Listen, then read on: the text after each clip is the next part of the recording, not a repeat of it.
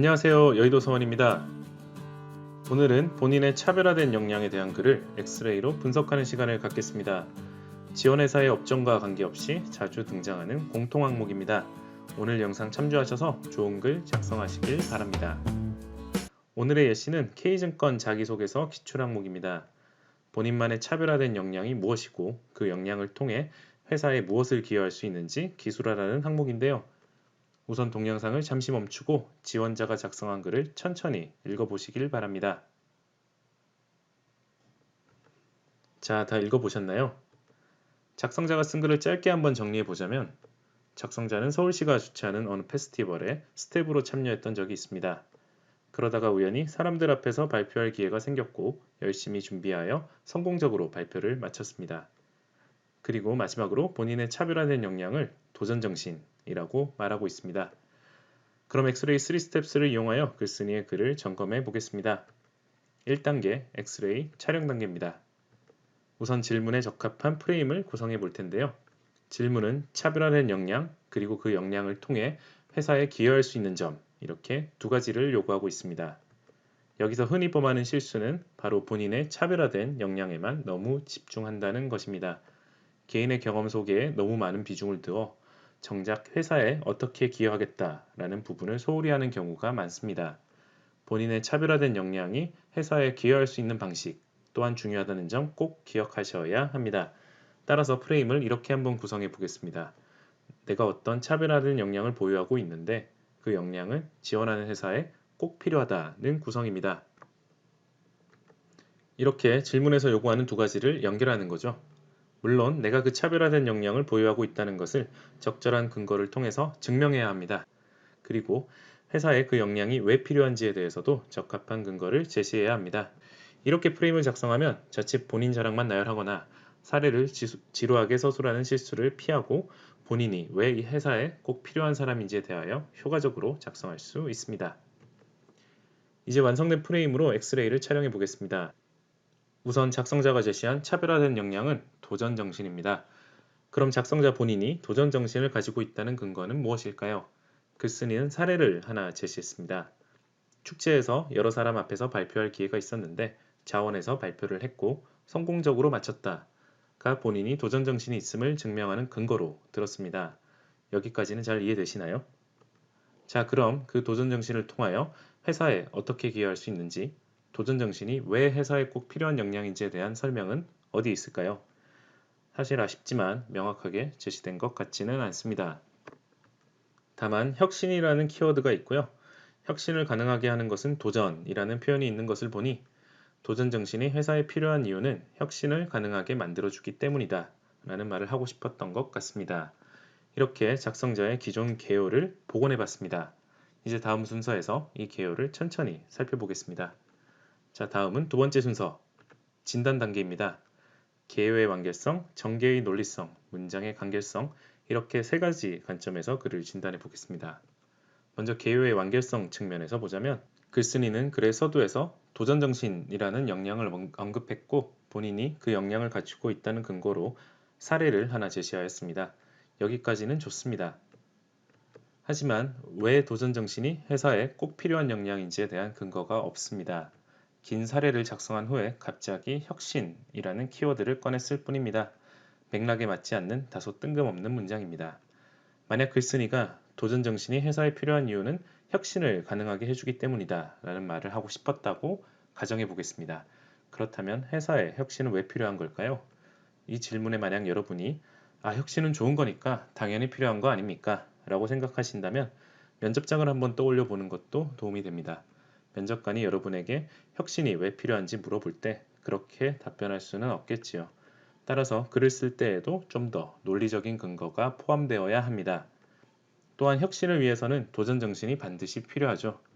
하지만 혁신을 위해서는 도전정신 이외에도 창의성, 통찰력, 전문성 등 수없이 많은 능력이 필요합니다.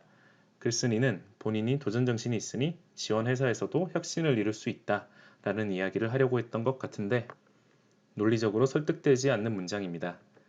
이렇듯 회사에 혁신이 왜 필요한지 도전정신은 그 혁신에 어떻게 기여할 수 있는지 연결 근거가 없기 때문에 본인의 역량을 통해 회사에 무엇을 기여할 수 있는지 답변하지 못한 글이 되었으며 개요의 완결성을 갖추지 못했습니다. 두 번째, 전개의 논리성입니다. 사례를 읽고 나니 가장 먼저 떠오르는 질문이 있습니다. 발표한 것이 왜 도전적인 경험인가요? 단순히 많은 사람 앞에서 자원하여 발표를 했다는 걸 근거로 들기에는 다소 무리가 있습니다. 이것은 또 자칫 프로답지 못하게 보일 수도 있습니다. 무엇을 발표한 걸까요? 성공적인 발표를 위해서 어떤 노력을 했나요? 발표한 행위가 왜 도전적인 경험인지 질문을 던져서 유추해 보려고도 했지만 사례가 명확하지 않기 때문에 쉽지는 않습니다. 이렇듯 발표한 경험을 통해 본인의 도전 정신을 증명하는 과정이 논리적이지 않기 때문에 읽는 사람이 불편해지는 글이 되었습니다. 만약 글을 읽은 사람이 글쓴이가 말한 페스티벌에 대한 사전 지식이 있다면 어느 정도 공감할 가능성도 있습니다. 하지만 그러지 못한 대부분의 사람이 보기에는 다소 불친절한 글입니다.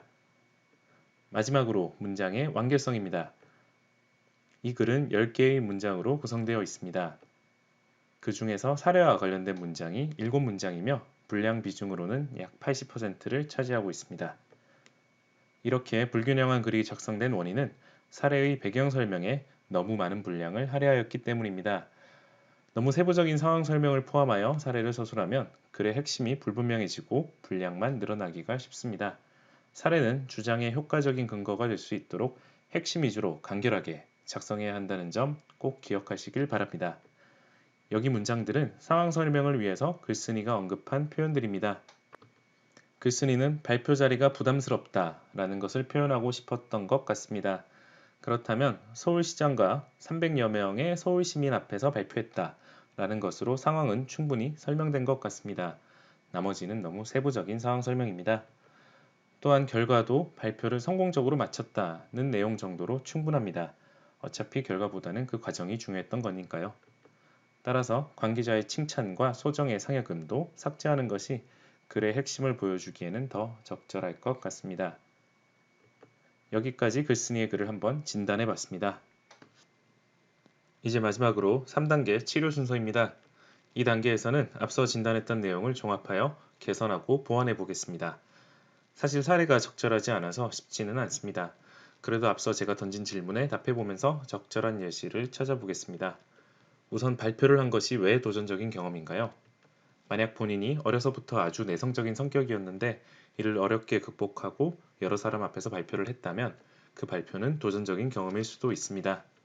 발표한 주제가 무엇인가요? 만약 사회 모순에 대한 문제 제기 등 진취적이거나 도전 정신이 필요한 주제에 대해 고민하고 발표했다면 그 경험을 읽는 사람도 좀 더 설득력을 느끼겠죠. 성공적인 발표를 위해서 어떤 노력을 했나요? 어떤 유명 인사와 여러 번의 시도 끝에 인터뷰를 했을 수도 있고 중요 자료를 얻기 위해 기관에 수십 통의 전화와 메일을 보냈을 수도 있습니다. 이와 같이 발표 준비 과정에서도 도전 정신을 표현할 수 있습니다. 자, 이제 이를 바탕으로 가상의 사례를 만들어 보겠습니다. 한 스텝이 천만상상 오아시스에 참석하는 전문가들을 소개하여야 했던 상황이었던 거죠. 그런데 그 자리에는 300명이 넘게 오고 서울시장도 온 겁니다. 근데 평소 내성적인 성격을 극복하고 싶었던 본인이 그 역할에 용감하게 자원을 했고요. 발표를 실수 없이 하기 위해서 여러 번의 시도 끝에 전문가들과 모두 사전 인터뷰를 해서 완벽하게 준비를 했고 그렇게 발표를 성공적으로 마쳤다고 해보겠습니다. 물론 개연성이 다소 부족해 보이기는 하지만 발표로 도전 정신을 보여주려면 이 정도는 되어야 할 것 같습니다. 다음은 도전 정신이 회사에서 필요한 역량임을 증명하는 부분인데요. 혁신이라는 뜬금없는 표현보다는 차라리 도전 정신을 통하여 회사에서 맞닥뜨릴 여러 어려움을 극복하겠다 라는 말이 더 논리적일 것 같습니다.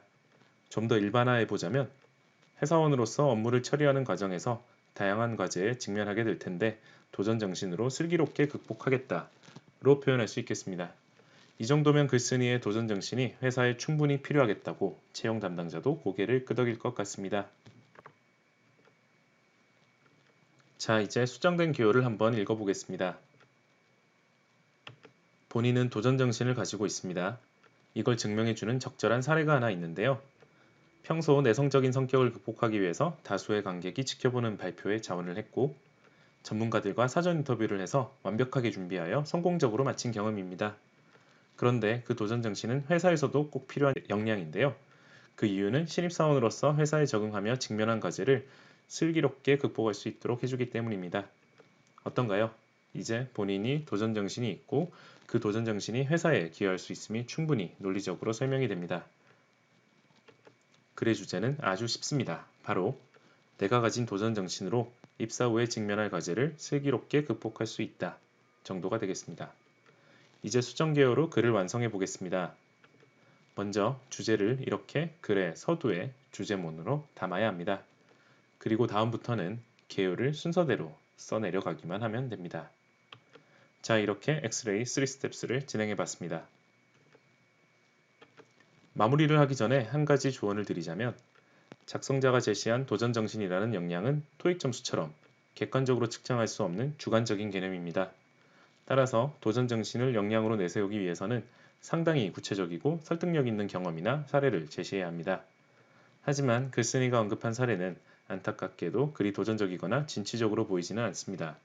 좀 더 객관화할 수 있거나 측정할 수 있는 다른 역량을 고민해 보는 것도 좋을 것 같습니다. 그게 아니면 구체적이고 설득력 있는 다른 사례를 찾아보기를 조언드립니다. 자, 오늘은 K증권 기출항목을 통해서 엑스레이 3스텝스를 진행해봤습니다. 여러분 꼭 기억하셔야 하는 점이 있습니다. 수정된 개요와 완성된 글은 하나의 예시일 뿐입니다. 본인을 가장 잘 아는 것은 본인 자신입니다. 저희가 제시하는 조언을 참고하신 후에 본인의 이야기로 다듬으셔서 훌륭한 자기소개서를 완성하시기 바랍니다. 긴 영상 시청해주셔서 감사드리고요. 여러분 모두 좋은 결과 있기를 여의도 서원이 응원합니다. 감사합니다.